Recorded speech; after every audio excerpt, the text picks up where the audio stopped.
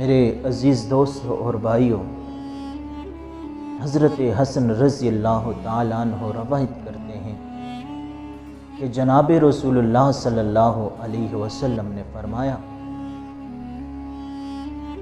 کہ میرے صحابہ، میں آپ کو بتاؤں کہ سب سے بڑا چور کون ہے؟ تو صحابہ کرام رضوان اللہ تعالی علیہم اجمعین نے فرمایا کہ ضرور بتائیں کہ سب سے بڑا چور کون ہے؟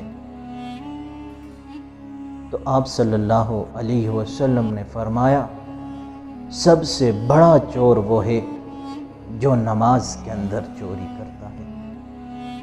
تو صحابہ رضی اللہ تعالیٰ عنہ نے پوچھا کہ یا رسول اللہ صلی اللہ علیہ وسلم، نماز کے اندر کس طرح چوری کرتا ہے؟ تو حضور اکرم صلی اللہ علیہ وسلم نے فرمایا کہ وہ نماز میں چوری اس طرح کرتا ہے کہ وہ تسلی سے رکوع اور سجدہ نہیں کرتا۔ تو یہ سب سے بڑا چور ہے میرے بھائیوں۔